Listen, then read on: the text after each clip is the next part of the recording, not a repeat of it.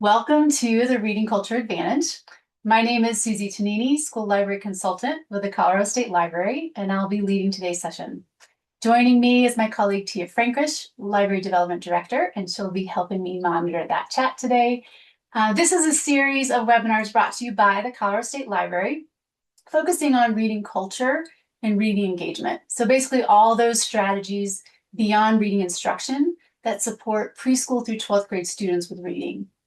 Our foundational text, the cover art, is pictured here on our slide. It's Creating a Reading Culture in Primary and Secondary Schools, a Practical Guide. And it's by Dr. Margaret Merga. Modules 5, 6, and 7, this webinar series, it builds on the work of the first 4 modules of the Reading Culture Advantage webinar series that I launched last year. If you would like to access those recordings, that's on our State Library YouTube channel. You can also register for a self-paced asynchronous course to explore those first 4 modules. It's free, you can just move at your own pace, and the link is already dropped into the chat. Thanks to you. And this series, along with all of the State Library's school library programming, is funded through a grant from the Federal Institute of Museum and Library Services, which means I can offer them to you completely free. And before we wrap up today, I'd love to get some feedback. It really means a lot if you could complete our survey, and Tia just dropped that into the chat as well. When you open it, we're trying to make this as easy as possible. The date, the presenter name, session title, they're already filled in. You can just scroll right down to those questions.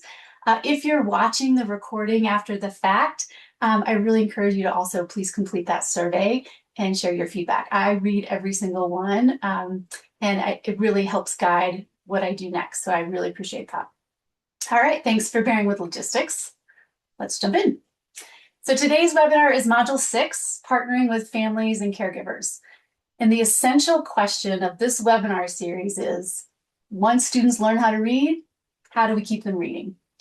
And our destination or our goal is students who are engaged, frequent readers, immersed in a robust reading culture. In previous modules, I've shared research that creates the why we want students to be engaged and frequent readers. And that research is really powerful. There's a groundbreaking 2023 study from the University of Cambridge that followed over 10,000 adolescents, and it was the first to connect early reading for pleasure with brain structure, cognition, and mental well-being. Reading literally builds the brain structures that serve as cornerstones for future learning and well-being. And research has found that the optimal amount of choice reading or pleasure reading is 12 hours per week. Now, I have to say, as a parent, that is not what I'm observing in my own teens. So when we're thinking about how do we create these conditions? What do we do next? How do we get there? That's really what today is all about. What specific research-based practices will help us create the conditions for students to reach that 12-hour optimal weekly goal? How do we build the systems and partnerships that make consistent reading for pleasure possible for every student? So modules 1 through 4, we explored what I call the Reading Culture Action Plan. And it's basically a 9-step collaborative framework for creating reading culture that increases student reading engagement. It's basically taking Merga's book and synthesizing it down into 9 steps. And in modules 5, 6, and 7, we're taking a deeper dive into key strategies from that plan. And today we're focusing on one critical piece of that puzzle: partnering with families and caregivers using the family, school, and community partnerships framework. Because when schools and families work together with shared strategies and aligned goals, we multiply our impact on students' reading lives. And looking ahead on February 26th, please join me for a live session with Gabrielle Mace. You might remember her from Module 4. She's a really dynamic speaker. She's an international leader in reading engagement, and she's going to be sharing the Detective Experience, which is a school-wide intervention that combines literacy engagement with authentic inquiry learning. All right, so as we dive into that critical role of parents and caregivers in building reading culture, here's a statistic that frames why this partnership matters so much. Students spend only 13% of their waking hours in school during their first 18 years of life. The remaining 87% is spent at home, in their communities, and with their peers. That represents the vast majority of their lives and has profound influence on their learning and development. If we want to reach that goal of 12 hours of weekly choice reading and develop truly engaged readers, we can't do it alone. We must partner with families and caregivers. Merga cites the National Library of New Zealand, which identifies what school teams need to create in order to build a reading culture. And that's understanding reading's impact, creating a shared vision, knowing why it matters, recognizing engaged readers, and supporting the library. And every element of that list requires shared understanding and commitment. So modules 1 through 5, we learned about empowering students as stakeholders. And now we're extending that partnership to families and caregivers, because when parents understand why reading culture matters and what engaged reading looks like, they become powerful allies in achieving our vision. And family-school partnerships aren't just nice to have, they're transformative. 6 decades of research shows us they're essential to student success and school improvement.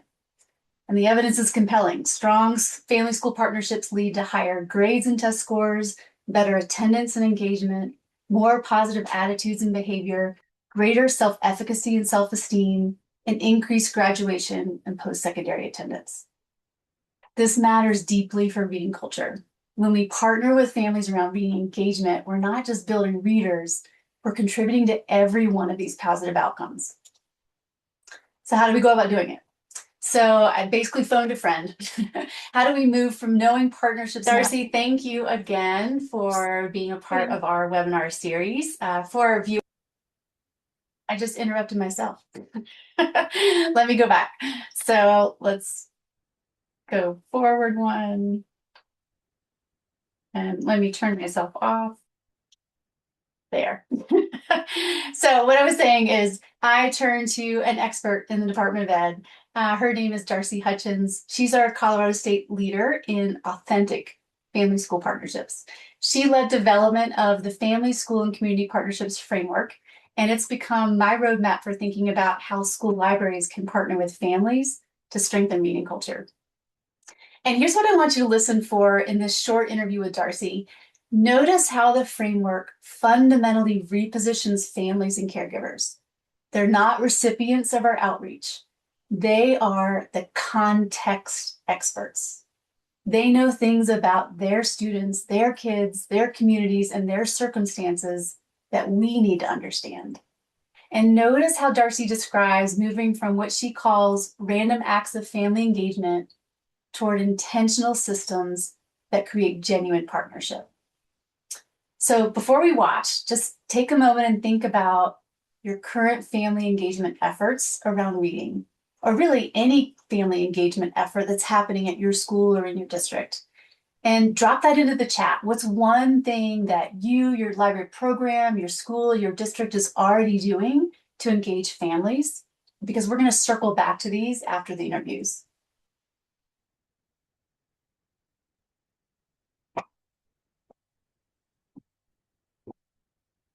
All right, let's take a listen to Darcy.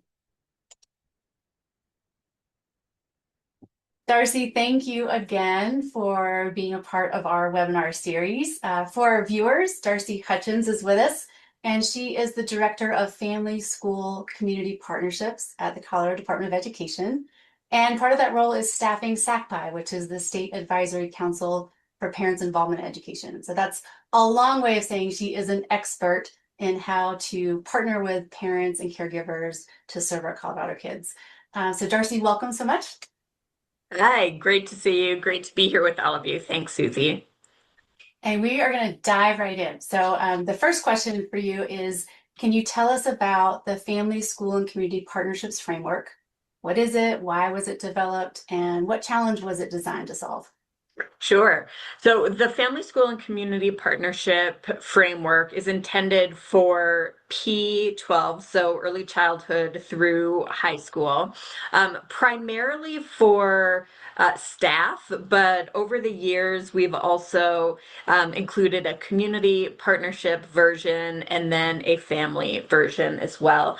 And back in 2018, a national organization, the National Association for Family, School, and Community Engagement, reached out to Colorado, inviting us to take part in a national cohort of other states who were all working on putting together their own state frameworks.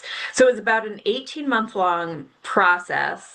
So from about June of 2018 through 2019 to collect data from stakeholders across Colorado because it was very important to us that the framework be for Colorado stakeholders, written by Colorado stakeholders. So after that process is when we created the framework and published it, and we've since put some other resources in place. And I would say the challenge that it helped us solve is that a lot of the district staff member points of contact that I work with said that they were let me back up. In Colorado, we follow the national standards for family, school, and community engagement that were published by the National PTA. And that's just a way to really help categorize the activities that schools and districts do. And what I was hearing from a lot of my district points of contact is that they were ready to move beyond just sort of labeling activities to really think through what is foundational to sustain and scale systemic family engagement. And so that was the intent behind this framework. So we still follow those national standards for family school partnerships, but the framework and essential elements are meant to really be foundational. Well, that leads perfectly to my second question. So the school librarians participating in this webinar similarly are ready to kind of level up in their partnership with families in building reading culture. But some may not know where to start or how to do it systematically or what the research is and what informs that framework. So how does that family school community partnership framework help educators move from good intentions to really effective strategic family partnerships? Great question. Thank you. And I'll say something going along with what you said. The language that we use in the Office of Family, School, and Community Partnerships is to move beyond random acts of partnership. So we really want to make sure that it's embedded within the way a school, a district, a library, anywhere, how they function. And so my colleagues and I within the Office of Family, School, and Community Partnerships have put together a trail map that has a step-by-step process of how to systematically put in place systemic family engagement. And so I would encourage school librarians to take a look at that trail map, which is the research base of family engagement. And so there are four parts to it.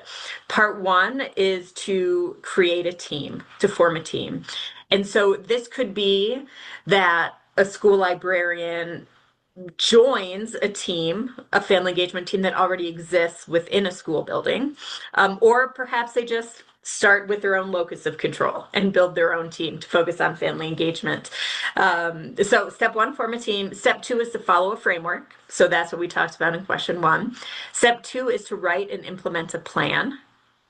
And then step four is to evaluate the outcomes. So whatever that may look like for the school librarians hoping to implement this. Well, that so perfectly parallels what we call the reading culture action plan, and it's basically 9 steps that has those same elements of really making sure that you are communicating with your stakeholders, getting buy-in, learning about their needs, developing a plan, and then really assessing those outcomes at the end. When we're thinking about increasing student reading engagement and motivation, why do you believe family partnership is so critical? I'm obviously biased, and I think family engagement is, should be embedded within everything that's done in a school. I think it's particularly important with reading engagement because families really are their children's first teachers. I've heard, and I wish I could quote the source, but I've seen this in many different places that oftentimes students spend between 70 and 80% of their waking hours outside of school. And so throughout the course of a year. So when you think about that huge number, percentage of time that students spend outside of the classroom, who are they with? They're with their families, they're with their peers, they're with community partners. And so it's critical that families play that role because of how much of a support they are outside of the school building. I would also encourage the people watching this webinar to think about the difference between content expertise and context expertise. And so school librarians bring that content expertise for reading and engagement and whatnot. But then again, 70% of waking hours are spent outside of the school. And so that's really the context expertise that families can play, especially when you think about what do different students find engaging. You know, my 10-year-old niece is obsessed with fantasy cat books. That's not everybody's cup of tea, but that's what engages her in reading. And families can help bring that into the school because, you know, they see what a student is reading or interested in outside of the building. I love that micro genre of fantasy cat books. And she's not alone. I'm sure she's not. Thank you. And my final question is, when we're thinking about those four essential elements of the framework, create an inclusive culture is one, build trusting relationships, design capacity building opportunities, and dedicate necessary resources. We're thinking about, as a school librarian, if you're just starting to think about partnering strategically with families, which of those elements should be their starting point? Which do you feel is foundational? Beauty of the Family School Community Partnership Framework is that it's not just a one size fits all. It's meant to be flexible and used to fit into the context of each individual school. And so accompanying the one pager of the framework, we have a set of rubrics that in an ideal world, a team of diverse stakeholders would go through, like a leadership team would go through and complete the rubrics and see where they really want to start. So what in experience in working with, you know, schools and districts across the state, a lot of people end up starting either in create an inclusive culture or build trusting relationships. But other people, I'm thinking of some school districts in the Pikes Peak region, they found that they really wanted to focus in on design capacity building opportunities. And so that's where they started. So I would say what's more critical than where you start is how you start. And so really taking the time to do a self-assessment or a school assessment to see where is the greatest need.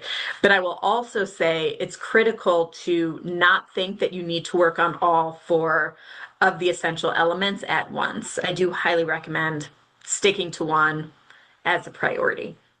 That makes so much sense. And as educators, we're certainly accustomed to evaluating strengths and needs as our starting points. So that certainly rings true. The beauty of those rubrics, again, we have one that's family facing, school staff facing, district staff, and community partners. We're working on one right now that will be student facing, especially in the secondary level. But the rubrics are based on the research showing the different elements needed to have excelling partnership programs. So they really do go through that, you know, research, that strong research base around family engagement. Well, those will be included in our materials for the webinar. And Darcy, I just want to say thank you again. If anyone has any questions about the framework, she is a wealth of wisdom here at the Department of Ed. You're welcome to contact Darcy. Her email is included in our slide deck. And thanks again for your time, Darcy. You're welcome. Thank you.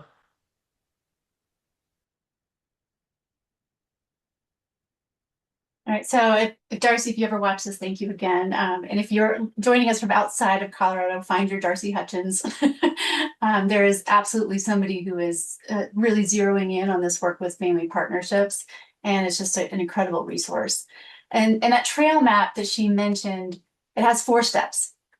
Form a team, follow a framework, write and implement a plan, and evaluate outcomes. And this sounds really familiar. It parallels exactly what we've been building in the Reading Culture Action Plan process. And the question is how you structure your team. So you have options. You could form a reading culture team that brings together students, families, teachers, and school leaders around this specific work. Or alternatively, you could join an existing family and community partnerships team and add reading culture to their agenda. So leverage the structures and relationships that are already in place. What matters most is that family and caregivers must be at the table with real voice and not just token representation. Because they, as Darcy said, they're the context experts. They know what's happening in students' lives outside of those school walls. They know when they're reading the fantasy cat genre. They know what barriers exist. They know what motivates their kids and what cultural practices already support reading. That's the expertise that really needs to guide and not just to inform our action plan. The second step in Darcy's trail map is to follow a research-backed framework. And that's the Family, School, and Community Partnerships Framework. And thank you, Tia, for dropping that into the chat. The framework has 4 essential elements: create an inclusive culture, build trusting relationships, design capacity building opportunities, and dedicate necessary resources. And these aren't random strategies, they're truly interconnected. You can't build trust without inclusive culture. You can't design effective capacity building without relationships, and none of it happens without dedicated resources. So as we walk through each element, I want you to be thinking about those family engagement practices that you were either thinking about in your head or dropped into the chat.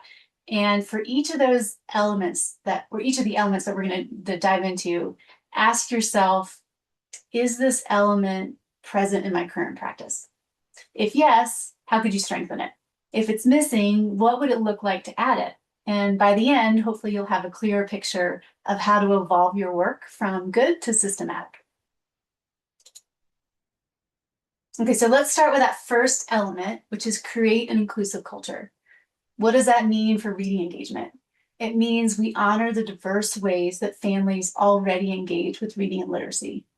We recognize that families have home languages, literacy traditions, storytelling practices, and definitions of reading that may look different from school-based practices, and all of those matter.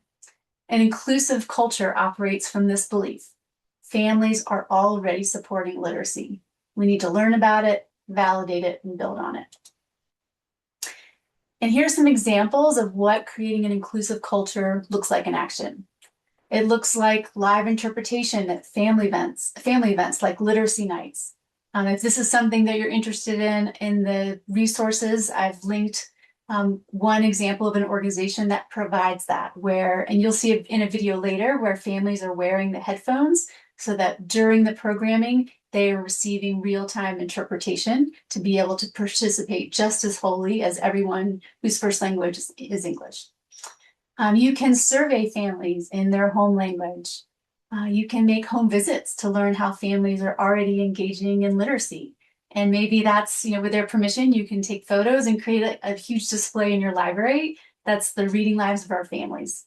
You may conduct library biography interviews. So you might schedule calls or meet families at the kiss and go line and ask simple questions to learn about what their relationships have been with books and reading in libraries growing up. You can recruit student volunteers to do an audit of your library collection. Ask them to audit your displays and collection, and with that lens of, do you see your family represented here? What's missing? You could have a book club for parents and caregivers in their home languages. And I've actually linked an example of this here It's from Colorado District 6 in Greeley-Evans, and it's part of CD's collection of promising partnership practices. So basically what CD has done is for each of these elements, they have examples that are really happening or have happened in Colorado districts. And they have basically a one-pager that describes what it is, how they executed it. And then you have this, this actual district that you can reach out to learn more about how did that go? What was kind of the secret to success there? So definitely check that out. That's also linked in the slide deck resources. It's truly a treasure trove of family partnership ideas because again, they've been tried and true. They've been successfully piloted, and it's just a great way to learn from what's already going well. All right, let's move on to that second element, and that's build trusting relationships. We all know relationships matter, but here's what I want us to think about. What do trusting relationships actually look like in the context of reading culture? And how do we build them intentionally and not just hope that they happen? And here's some questions that the Family Community Partnerships, sorry, that's a mouthful, Family, School, and Community Partnerships framework that they've developed to help with that self-assessment. So what do trusting relationships look like in your program right now? If you asked families to describe their relationship with the school library, what would they say? Are you engaging in genuine two-way communication, or is most of your contact one-directional, like sending information, but not creating space to listen? And here's the key question. How are you leveraging relationships with families to shape your reading culture work? Are they helping you set your goals, or are they just supporting goals that you've already decided on? Trust builds through specific practices that signal to families, I see you, I value you, and I want to learn from you. So here's what that might look like. Celebrate family wisdom. So when a parent shares with you, we started listening to audiobooks in the car and it's been a game changer. Ask permission to share that with other families and position families as the experts that they are. Create an anonymous question box, and it could be physical or digital, where families can ask questions that they might feel embarrassed about. Like, is it okay if my kid only reads graphic novels? Or what if I struggle with reading myself? Or how do I compete with the screens? Answer the questions publicly but anonymously with compassion and practical help. And you're building trust by saying your questions are safe here and there's no judgment. Invite families into shared problem solving. When something isn't working, maybe circulation is down, don't just troubleshoot it yourself. You can ask families, like, I'm noticing fewer students are checking out books this year. What do you think would work better? And it may be that, that's really tough for, maybe they need more time to be able to visit the library. So maybe opening up circulation during lunch, or maybe providing 10 minutes after school when the parents can come and check out books with them. By involving them in that problem solving, you're saying that their insights matter enough to change your practice. A lot of schools do coffee chats for a reason. They're very successful. They're low stakes, they're casual gatherings where families can connect with each other and with you, and they can share what's happening with reading at home. That they can help shape what happens in the library and what the library offers. And again, providing that live interpretation, make sure that everybody can participate fully. A powerful example of building trusting relationships from the Promising Partnerships Practices collection is from Montrose School District. So they partnered with Rocky Mountain Family Engagement Collective, and their goal was to strengthen family engagement district-wide. So they trained 200 teachers, and at the start of the school year, every participating school made what they call relationship building calls to families. Here's what made those calls different. Teachers weren't calling to talk about academics or behavior or what students need to work on. They were calling to listen. They asked families what they saw as assets, what strengths they brought, what they hoped for, what mattered to them. And the teacher's job was to learn and not to teach. And that's really that fundamental shift in how we position ourselves. It says, I'm not the only expert here. You know things that I need to know, and I'm willing to be shaped by what you tell me. So if we're thinking about element 3, that's design capacity building experiences. That's about creating experiences where both families and school staff learn and grow together. It's mutual, it's reciprocal, nobody's just receiving and everyone's contributing. And some questions to assess your current practice are you using what families know to make yourself better at your job? Are their insights actually changing your practice? Are you tapping into the real assets that families bring, their cultural knowledge, their networks, their lived experiences, their languages? And here's the strategic question. Are you using family partnerships as a lever for school improvement or just as something nice that you do on the side, kind of those random acts? So when we're thinking about reading culture and what that looks like, here are just a few examples. Position, again, those families as the reading experts. Host a panel where the parents share what's working at home. Then you provide resources that build on those strategies. So again, for that parent who was able to like make, the audiobooks listening a part of carpool every day, or maybe you go into practice, like having them be on that panel, and then you can add to like those resources of like, this is how a quick tutorial on how you access, maybe you're using Sora by Overdrive for accessing audiobooks. So you're extending that. You could offer book match consultations. So like 15-minute sessions where families describe what their child's interest. I'm going to keep coming back to the kid who loves the fantasy cat novels, learning style, home environment, and you suggest books based on what they tell you that will actually work. And then you document what you're learning so that your recommendations get better over time, because there will definitely be patterns. Let families lead book clubs on topics that they care about.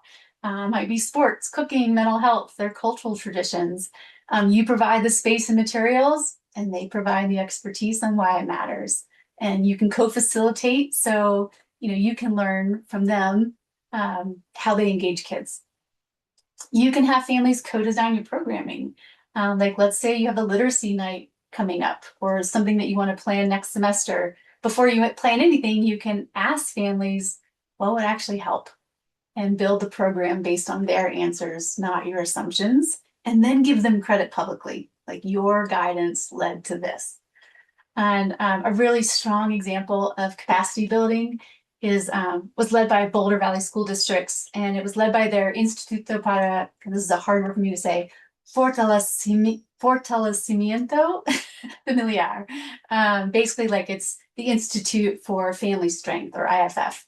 And after the US Surgeon General identified parental stress as a critical health crisis, IFF responded by hosting the Cumbre del Bienestar Familiar, which is the Family Wellbeing Summit. So picture this. It's a full Saturday, over 100 Spanish-speaking parents and caregivers, culturally responsive caregiving from 8:30 in the morning until 3 in the afternoon. Parents and caregivers heard from inspiring keynote speakers on family well-being and educational equity. They chose from 9 workshops led by community partners, each aligned with the 8 dimensions of wellness, everything from emotional and physical well-being to spiritual and financial wellness. 20 community agencies showed up. Families had access to holistic care like acupuncture and Reiki. Meals were provided so people could connect informally. And before the summit, 66% of families understood the 8 dimensions of wellness. By the end of the day, 93% did. And families use words like happy, relaxed, connected to community, hopeful.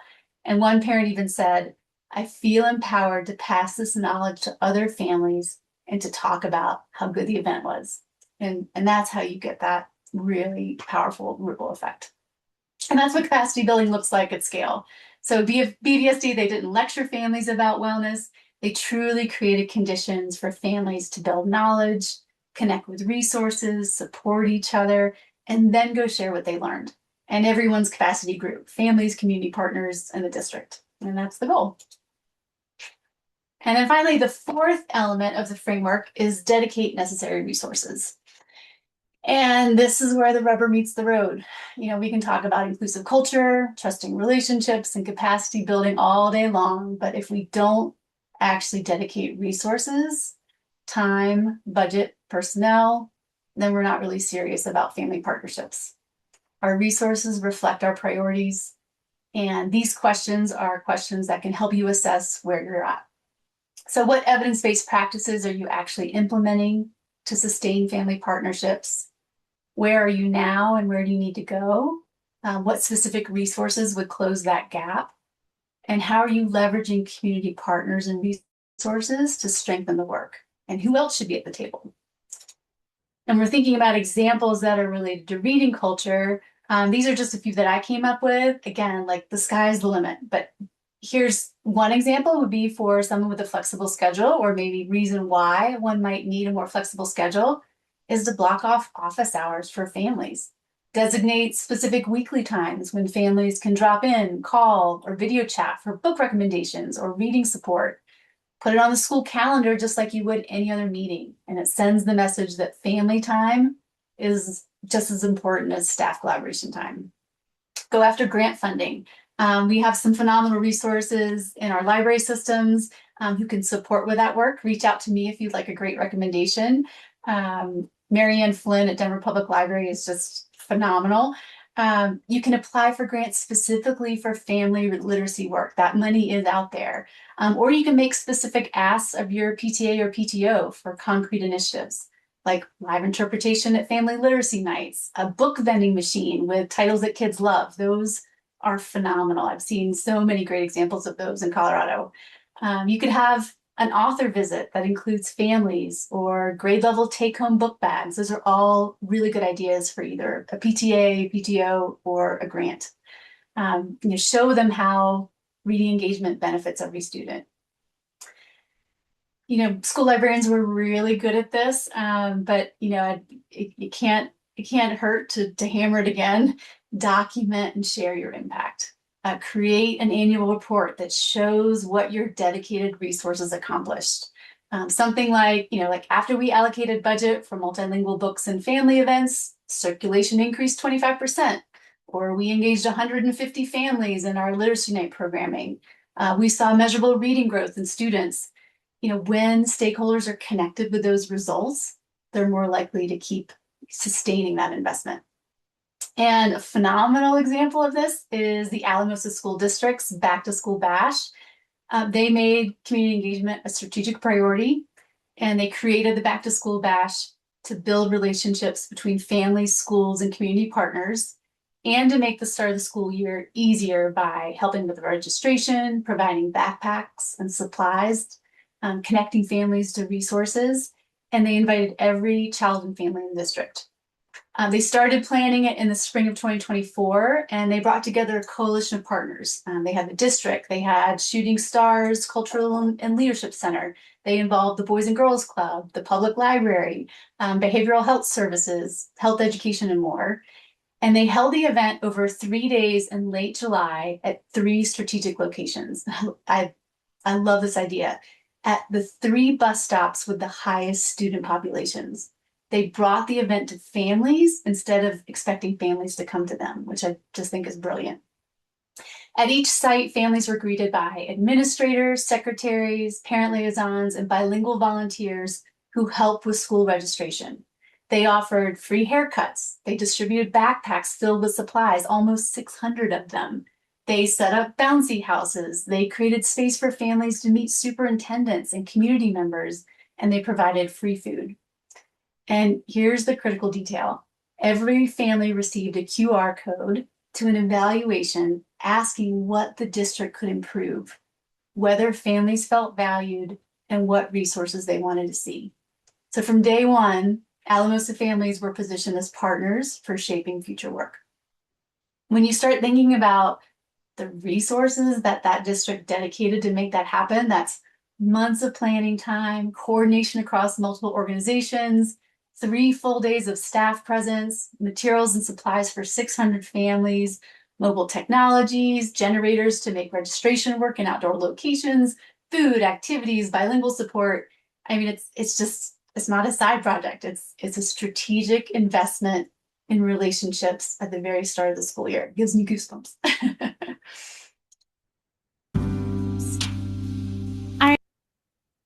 All right, did it again. I can start this and stop it. Our intention with our work is not for parents to change. What we want them to do is realize their power. So let's think about who's most impacted by. Sorry, I did not troubleshoot that one. Let me go back. So I'm going to show you a video. And unfortunately, let me see if I can mute volume. I don't think I can do that. So let me go back. Let's see. Is Sorry the about that. pause in the middle of it? I think it's at the bottom, Tia. So Okay. that's okay. So basically, what I want to do is share a video with you that kind of puts all four elements together. And once the video starts playing, you'll be able to see the shorthand that you can use. But I'd like for it to be a really active listening opportunity. So if you notice building relationships, like if you hear a quote or you see a practice, something that really resonates with you, drop that in the chat. You might use BR for building relationships and put that example in. If you see a great example of inclusive culture, like let's say they are using families' home languages to be able to connect with them, then you might put IC for inclusive culture and put that into the chat. So be really looking for those four elements, and we'll see if how many we can find together. And now I'll go ahead and start our video.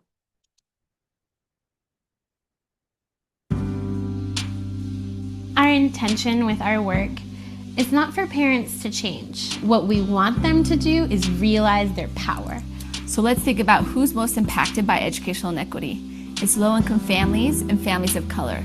Therefore, they themselves have to lead this movement for us to truly achieve educational equity because they're the ones most impacted. We need to know that we have that power and we have that right as parents to say, hey, I don't agree with this. This is not what I want for my kids. Thank you all so much for coming. It's wonderful to see so many of you, so thank you for coming.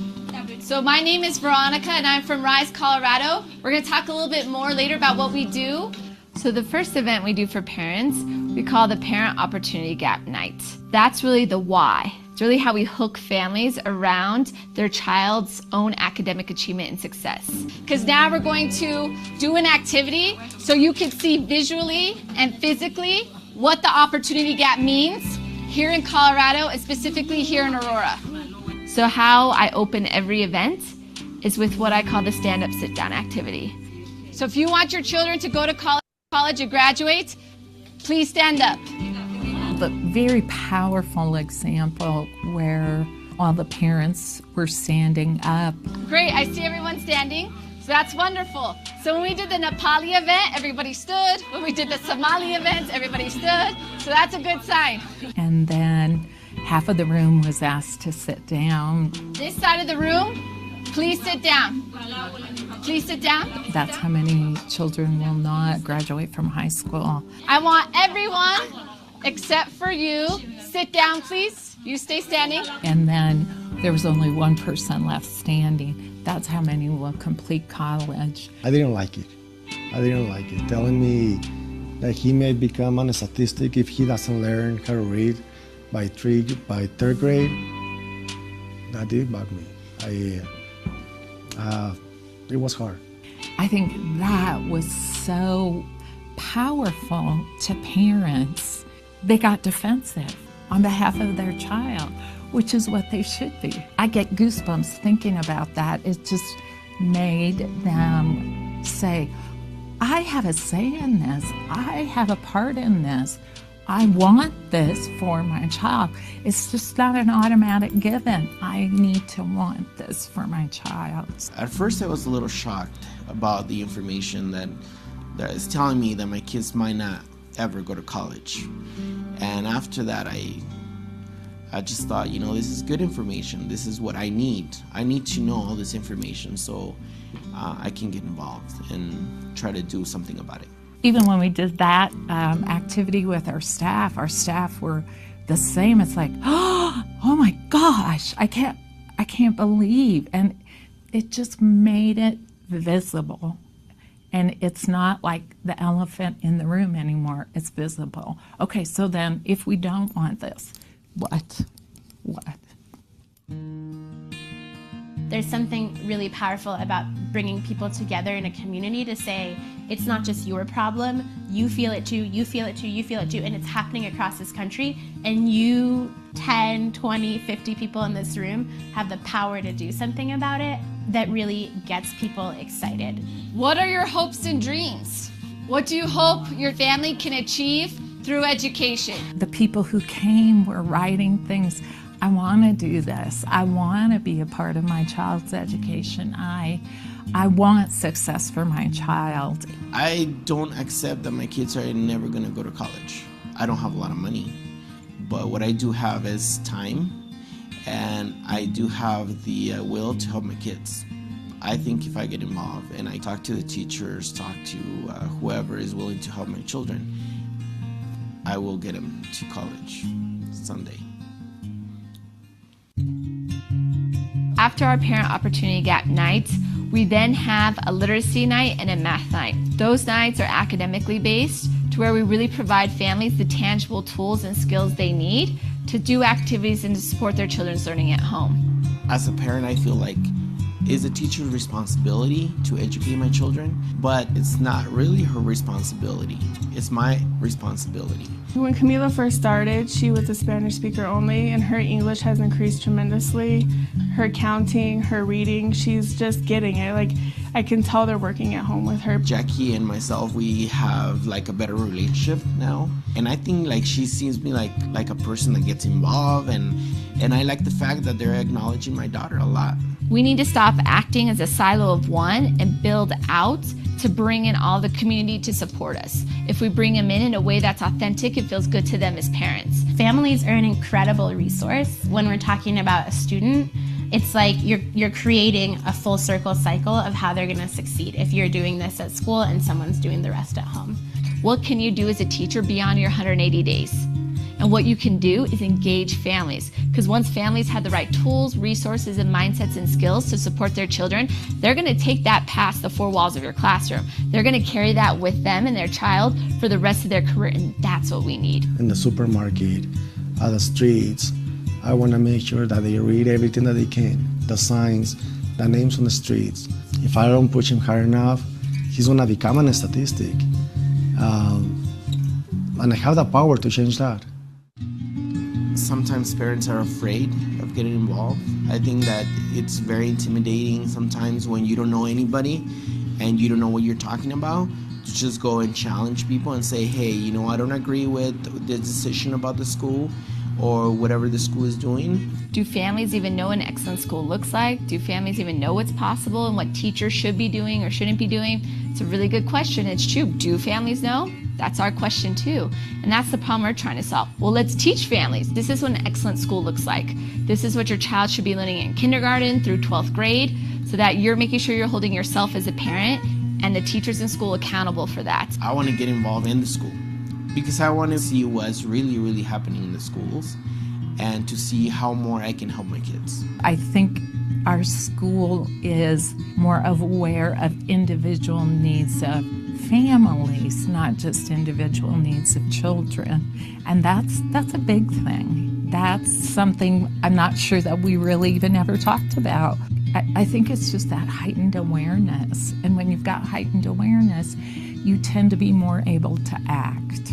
It's not really parent involvement, it's partnerships with parents, which is much more effective than let's involve you in what we're doing, but it's like, how can we involve each other in what's happening? That's been the biggest shift. Principals have shared with me, even if we wanted to stop, we can't. Teachers are so on fire right now.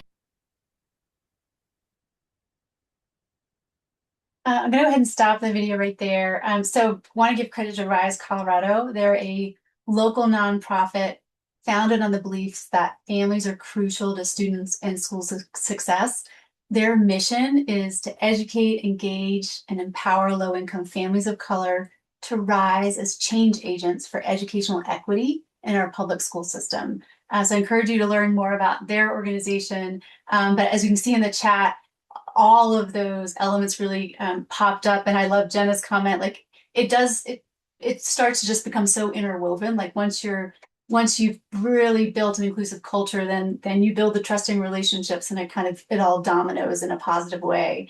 And I want to recognize Jasmine's comment, as a first-year librarian, just the pressure to feel like you have to make it all happen. And the reality is you can't. You have to build relationships within your staff, because you can't do it alone. And so that would be my one piece of advice is really focus on those relationships and finding that one other person, and then maybe those two other people that will start to, that you can find that have similar interest in really engaging families and really building reading culture, and just start by building your team, even if it's just focusing on getting to know people that first year, and then really building on those relationships so that you can in future years really leverage that. Thank you for your comments in the chat. So I know we're running a little short on time, so I'm gonna go quickly through the last bits of the trail map. So basically we've arrived at step 3, and that's write and implement a plan. You've been assessing your current practice throughout this session, thinking about where you're strong, where you might have gaps, what you're already doing, what you could do differently. And now it's time to turn that into a plan. And I created a tool that I hope will be helpful, that's specifically focused on how do you take that framework, the Family, School, and Community Partnerships framework, and really use that to guide your reading culture work. And basically how it works is it's organized around those 4 essential elements that we've already explored. And for each element, you can assess your current state and then plan your next steps. But just an important reminder, again, you don't have to tackle all of those elements at once. But as we saw in the video, and with all of these examples from Colorado districts, once you're doing one element, it does have a positive ripple effect in other ways, in other kind of realms. But truly, deep work on one element is more powerful than surface level work across all 4. And as Darcy emphasized, the how you start is more critical than where you start. And again, she strongly recommends beginning with that self-assessment. I've included the rubrics that she mentioned. That's in our slide deck resources. And then you can use those to assess where your school is currently at, where your program's currently at, for each element before you plan where to focus your efforts. And so here's access to the tool. It asks you to get really specific. It asks you, what will you do, and really concrete actions. When will you start? Give yourself a realistic timeline. When will you complete it? Build in that accountability. And what resources or support do you need? And name your barriers and assets. And hopefully in the case of, when I'm thinking about Jasmine's situation, like when you have this concrete plan and you go to perhaps a school leader who could give you those resources to help problem solve for some of those barriers, hopefully having that concrete plan will help to build that buy-in that you need. And this template will hopefully help you move from kind of those random acts of, that's a good idea, to here's exactly what I'm doing and how I'm going to know if it's working. And then finally, that final step is evaluating outcomes. So again, that's where you're measuring what's working, you're learning from families, you're adjusting your approach, and you begin the cycle again. It's truly iterative. It's really what makes your partnership sustainable and responsive. All right, and that's kind of, I'm looking at time, we have 5 minutes left. We have learned about the framework today. You have the tools.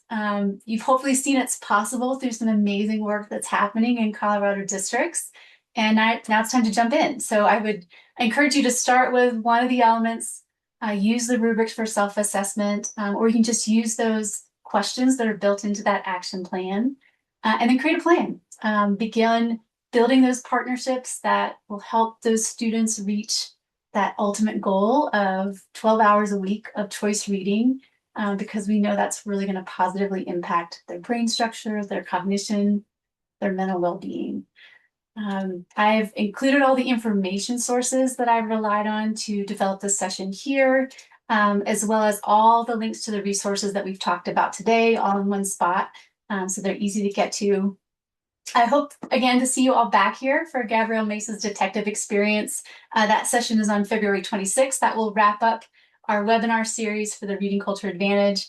And she's going to be, again, presenting on a school-wide literacy and inquiry learning intervention. So if you feel like you need a way to jumpstart reading culture, definitely come check it out. She's a super dynamic speaker, and I think Tia might be able to drop that registration link, thank you, into the chat.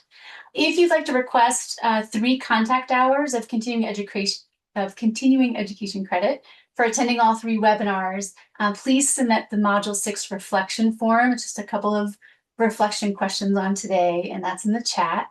If you're not requesting continuing ed credit, again, we still want your feedback. Please complete that really short state library program evaluation, and that's also in the chat. That is all for now. I'm going to stay on in case anybody wants to chat a little bit more, but thank you all for being here and for the critical work you do to support students and families. This was wonderful. Thank you. I appreciate it.